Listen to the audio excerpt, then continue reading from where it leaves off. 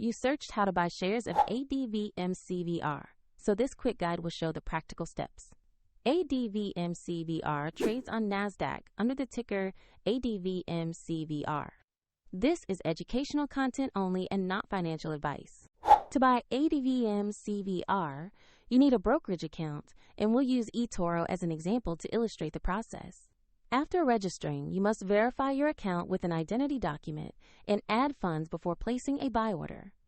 Use the platform search bar and type the ticker ADVMCVR to find the listing.